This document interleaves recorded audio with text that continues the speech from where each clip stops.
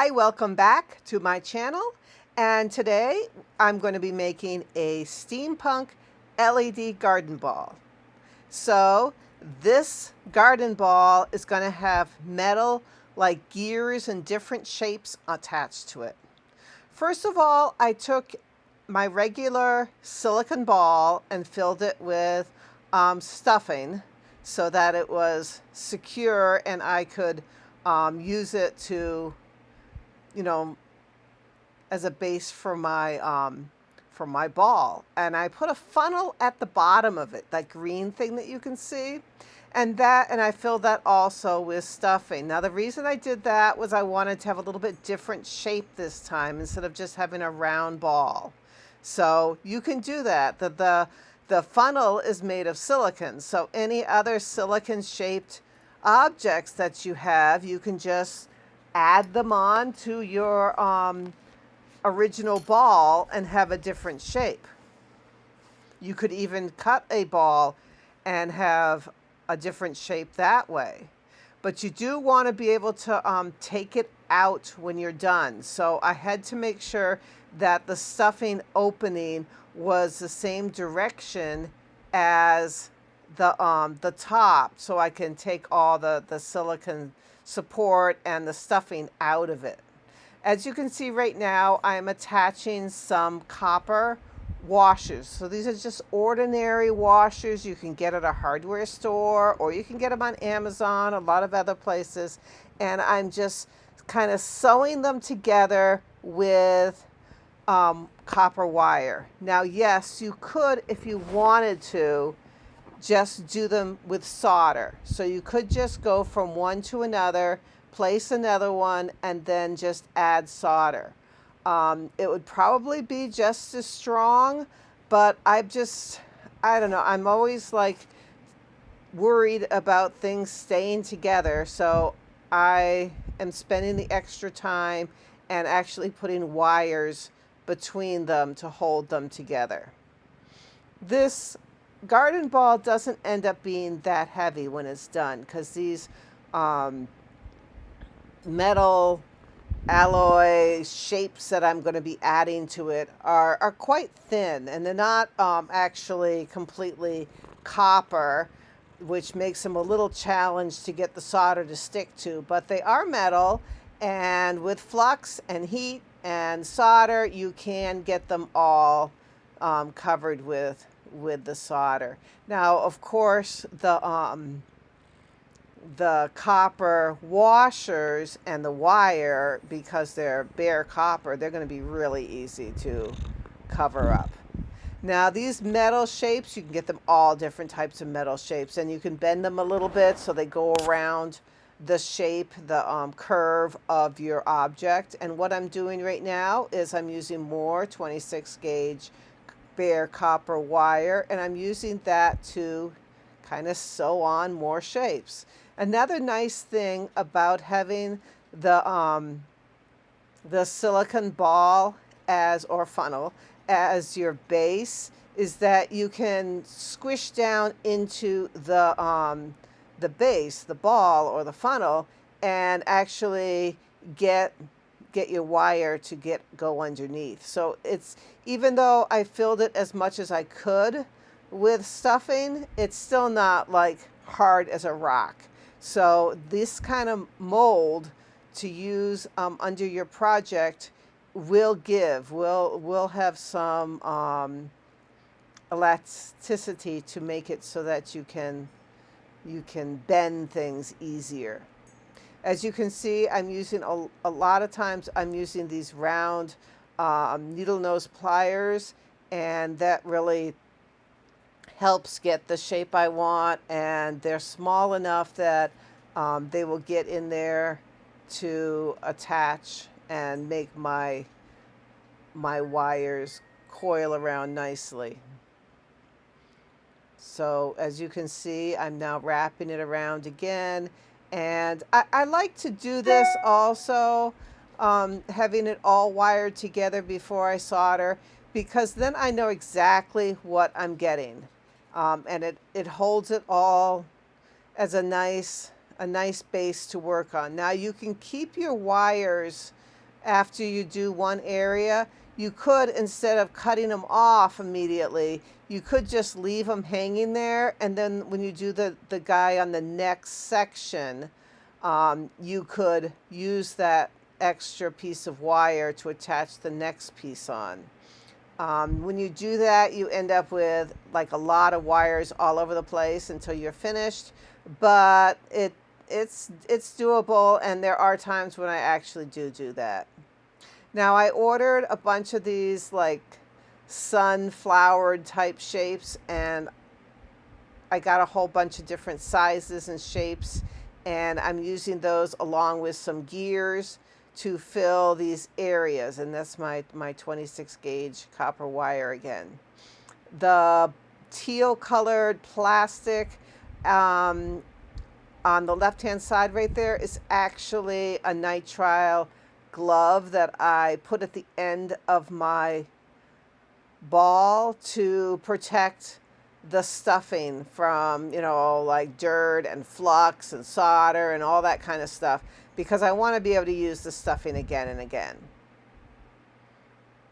And you can also use, of course, the ball again and again. This is actually the third time I've used this particular ball on this series of LED garden balls.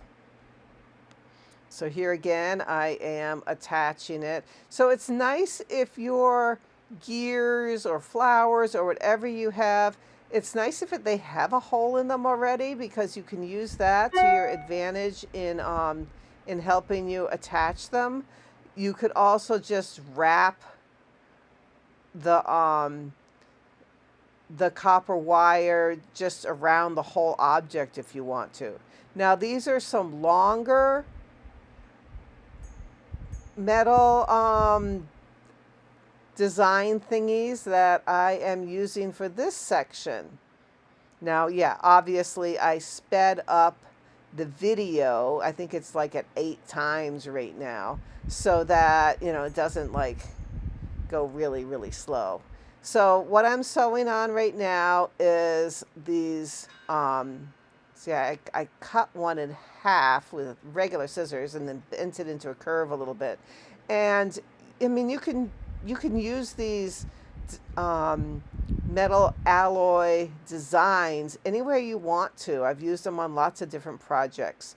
And this one particular, so I cut it in half, and then I went and put the other half on the other way to make it like kind of a pattern. Now right now I'm attaching some wires. I think those are 18 gauge wires, and I'm making a bunch of stripes going down this section.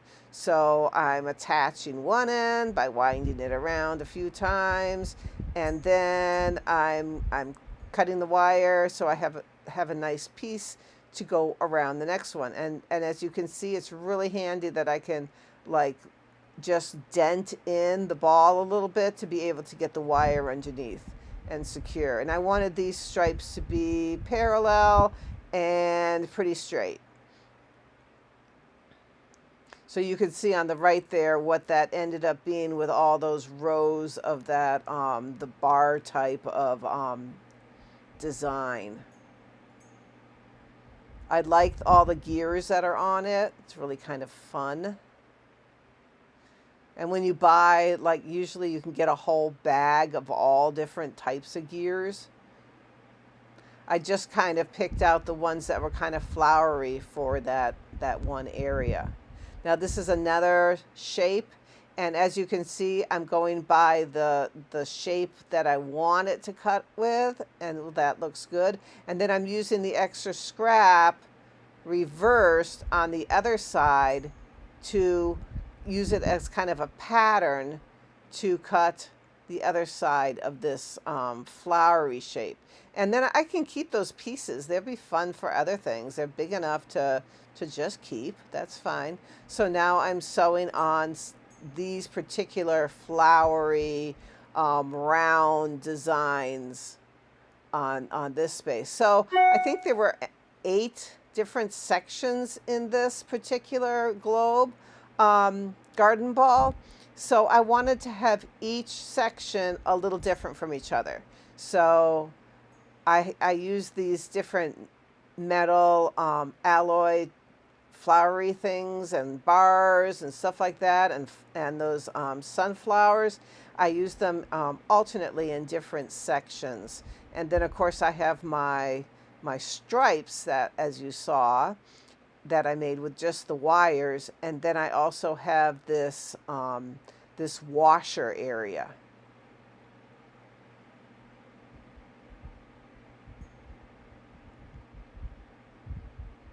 And you can see I did, after a while, just keep the extra copper wires just kind of hanging there instead of cutting them each time, because I got tired of getting new pieces constantly.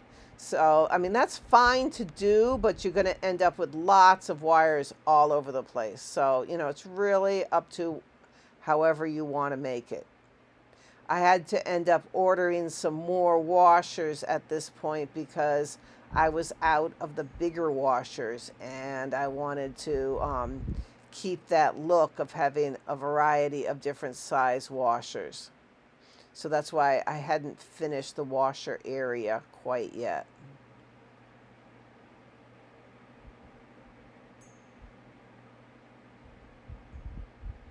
It's almost like sewing with them. I just kept looping them around again and again, and trying to make them tight and flat. So I kept squishing them down after I got them attached. I did use 12 gauge wire for the original array that you saw. So and I put it around a hoop at the top and a hoop at the bottom, and just went from one to the other. Now at this area, I'm using these square designs, and I'm right now attaching two of them together with wire, just kind of looping between them.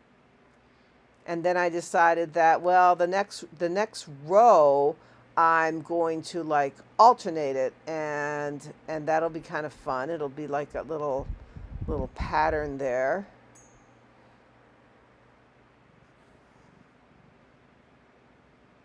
So on the next row, as you can see, I kind of put the middle right to the middle, and I mean to the middle to the seam of the other two, and kept going around the two of them, making them all kind of together. This area looked kind of like a bunch of grates.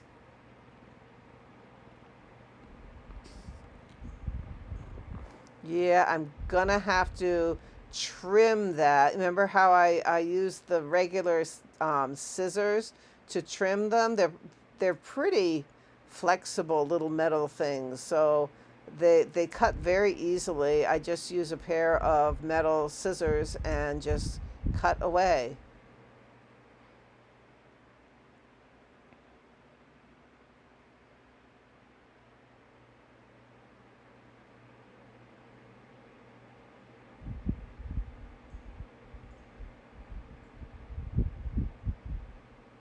So I kind of cut them ahead of time to see, you know, about what I want. I think I had to end up trimming them again after I got it all sewed together. But that's what that section ended up looking like. And now I am painting on, well, I'm using a paintbrush, but it's not really paint. It's flux. And then I'm taking solder and covering everything with solder. Now I'm going to end up, and that's a big hunk of waste solder that I'm holding with tweezers, and I like to use up scraps when I can. Now I'm going to end up making this one copper again, like my other garden balls. I'm going to use copper patina as the final look for it. But because each area, you know, the grading area I'm working on right now, and the washers, they're all like different color metals right now, and I know that the patina will stick to either solder Or if something's still just basic copper, it'll end up being the same color kind of as the patina. But I wanted them all to blend. Um, and as you can see, like that flower right there is a lot darker. And even though it's kind of coppery colored to begin with, I want to ensure that they're all more similar in color when I'm done. And as you can see with the flowers there, on the left side there, I added some extra wires going from the flower to the original array, and that was to hold them together. And I didn't want to have such a big gap of nothingness in my project.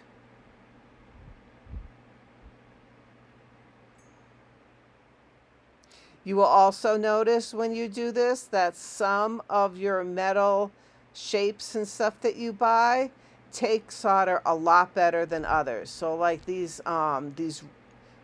bar type ones that I did that I'm putting solder on right now, they took solder like so easy. I don't know what the goldish color was, but whatever it was, it really took solder very nicely. And I'm doing the copper wires right now. I'm putting some solder on them.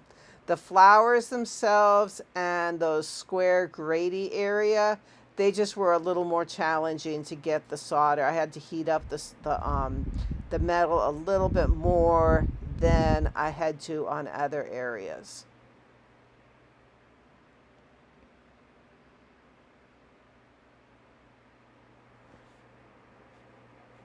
So right there is a new piece of solder that stick that I'm using. So, you know, I use a variety of used solder and a brand new piece, whatever seems to be working good.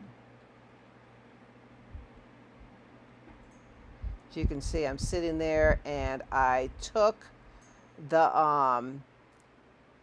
everything out, the stuffing and everything, and washed it very thoroughly, but now I'm putting it back together again because I think my ball is just not exciting enough for me. So I'm going to add some glass crystals and stuff to it so it has a little bit more pizzazz than just the metal. So I put the ball and the collar, the funnel thing back in, but I'm not going to actually fill it with stuffing. It's supported enough now that it'll stay together as just kind of a background when I'm doing this. You can see right there I'm using these silicone gloves on my left hand there, and that just kind of helps make it so that you don't get burns quite as easily because it kind of helps protect your hand, and I really like using them. I try to find silicone gloves that are not really loose. I want them really tight. And yeah, they're kind of tricky to find. I found most of mine on Temu. I haven't been able to find ones that I really like on Amazon. I found some, but they're a little bit weak. They're not as sturdy. So I like them to be sturdy, but I want them to also really cling to my hands. And I purposely, if they do have sizes, even though I have quite large hands, I will order like small gloves because I want them to be tight. So sometimes it's hard to get the piece in where you want it. I even had to cut a corner off of that particular stone. Glass. So these right here that I'm putting on are glass mosaic tiles, and you can get them at lots of different places, and I foiled them obviously. So all of the stuff I'm putting on right now will be pieces of glass that have been foiled. And I'm kind of just putting them wherever I want to. I didn't really have a pattern or a complete plan, but I decided that all of the glass that I'm putting in here now are going to be between the yellows and orange kind of color scheme, because that's what I decided is going to be the color scheme for this.